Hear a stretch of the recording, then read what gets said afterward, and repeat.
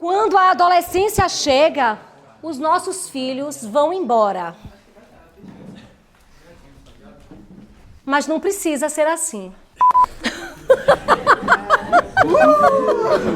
Quando a adolescência chega, o nosso filho vai embora. Essa é a fala comum da sociedade e já se tornou, na verdade, uma crença que se respalda até em muitos estudos da psicologia, que já se propagou através das gerações. Mas parem, isso não é uma verdade e eu posso te provar. Mas, Michelle, então, por que mesmo isso acontece? As respostas, gente, já vêm prontas. Mas o que acontece é que todos têm uma super teoria para se proteger e justificar as suas próprias faltas. Claro, colocando sempre a culpa no outro. Mas veja se não é exatamente isso que você está acostumado a ouvir. São os hormônios, dizem alguns. Adolescente é sempre chato e rebelde. Deve ser por causa da mudança hormonal. Observe, não é mentira que mudanças acontecem nessa fase. Mas eu lhe pergunto, em qual fase nós não passamos por mudanças? E aqui vale uma pausa. A psicologia do desenvolvimento de Erik Erikson, por exemplo, ela mostra que cada fase da vida humana, ela traz suas crises próprias, que exigem soluções emocionais e soluções sociais. Na adolescência, gente, a crise é justamente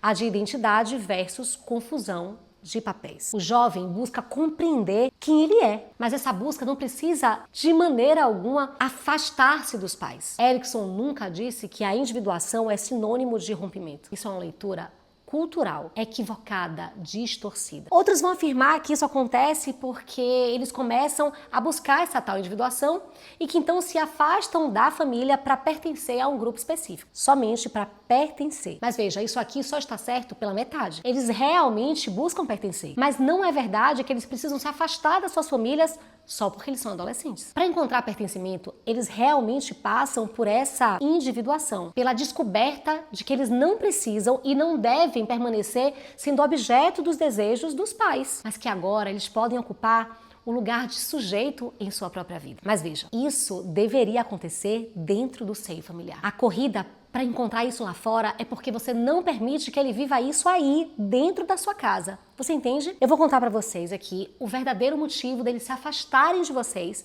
e de se tornarem tão difíceis como vocês dizem. O problema é que você, pai e mãe, não erra nunca.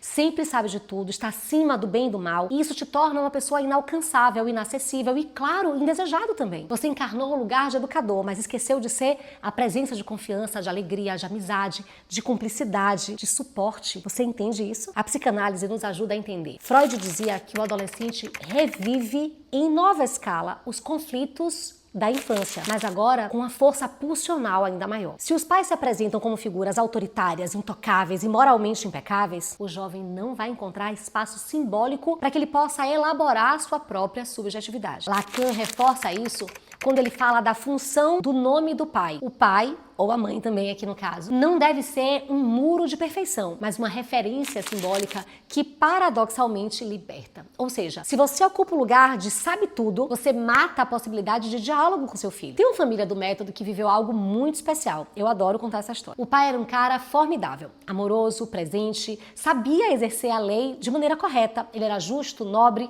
parecia tudo maravilhoso. No entanto, ele nunca mostrava aos seus filhos as suas vulnerabilidades. Era aquele cara tão certinho, tão perfeito, que os filhos tinham muito medo de magoá-lo, tinham medo de decepcioná-lo. E isso também era um grande problema, porque acabava afastando do mesmo modo os seus filhos, mas sim por causa desse medo, entende? É sobre ser de verdade, sem máscara, sem disfarces, sem muralhas e fortalezas, deixando sempre o seu filho saber quem você é. Assim ele não terá dificuldade em se apresentar para você. Veja, você tem tanto medo que o seu filho erre, que ele saia do trilho, que você foca em ser o guia infalível e esquece de observar a paisagem, de curtir a viagem. Você realmente se esforça em cumprir todas as funções com seus filhos e parece que isso te coloca no rol das pessoas produtivas e perfeitas nesse mundo caótico das comparações. Mas aí, gente, você acaba não fazendo fusão, não chega perto, não se conecta, sabe? E pelo amor de Deus, gente, vocês passam a ocupar aquele lugar horrendo que os pais de vocês ocupavam e que vocês tanto reclamavam e odiavam. Aqui nós podemos aprender com outras tradições também. Veja, o budismo ensina o caminho não do meio, nem rigidez, nem permissividade, mas presença compassiva. O adolescente precisa de pais que sejam humanos, não divinos. A filosofia Vedanta nos lembra que cada ser humano carrega dentro de si a centelha do divino. Isso inclui o adolescente que busca o seu próprio caminho. Negar isso, querendo moldá-lo à sua imagem e semelhança, é sufocar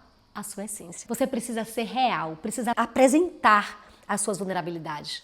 Tirar essa capa que mais parece um muro, precisa mostrar que você compreende os sentimentos dele, que você compreende as emoções, as faltas, entende? E claro, em meio ao medo de vê-los se perderem nas suas impulsividades e inexperiências, eu tenho certeza, você compreende tudo isso porque você também passou por todas essas questões e você odiava quando alguém invalidava os seus sentimentos e os seus desejos. A neurociência confirma essa necessidade de vulnerabilidade. Estudos sobre apego mostram que a verdadeira segurança emocional não vem de pais perfeitos, mas de pais previsíveis, coerentes e autênticos. É a chamada base segura, é um conceito de John Bowlby. A criança e o adolescente voltam sempre ao lugar onde eles sabem que eles serão compreendidos e não julgados. Percebe? Ídolos são aqueles que admiramos à distância. Super-heróis habitam a nossa fantasia, mas ao nosso lado, o que nós queremos mesmo e que nós precisamos, especialmente os adolescentes, são os nossos pares, pessoas como nós, que nós podemos contar e confiar sem julgamento, que nos ensinam a partir das suas histórias e verdades, com amor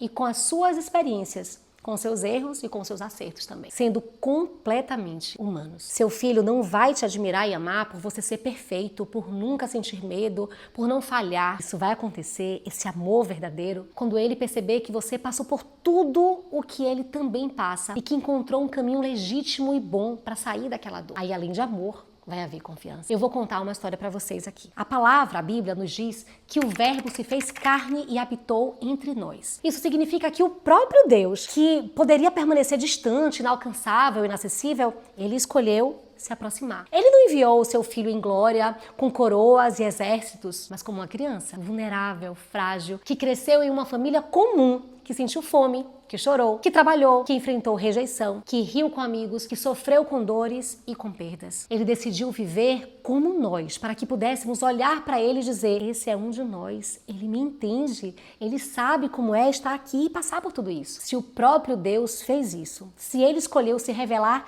através da proximidade, da humanidade, da vulnerabilidade, não foi apenas para nos salvar, mas também para nos ensinar. Ele estava nos mostrando que o amor verdadeiro não se sustenta jamais em distância, em superioridade ou em perfeição inalcançável. O amor que gera transformação é aquele amor que se faz próximo, que se deixa tocar, que caminha junto. Da mesma forma, é isso que nossos filhos precisam de nós. Eles não precisam de super-heróis, eles precisam de pais reais, que mostrem seus erros, suas cicatrizes, suas histórias, mas que também mostrem que existe um caminho, uma esperança, uma saída, porque eles também já passaram por isso. Então entenda, eu repito, Deus enviou o seu Filho Santo do céu, do alto, para habitar entre nós, para conhecer verdadeiramente as dores e lutas de cada um de nós, para sentir como nós, para sofrer como humano, justamente para que ele pudesse nos entender e nos conhecer de pertinho. Isso se chama conexão. E é nessa conexão que o milagre acontece dentro de nossas casas. Conecte com seu filho, você vai ver esse milagre acontecer debaixo dos seus olhos, dentro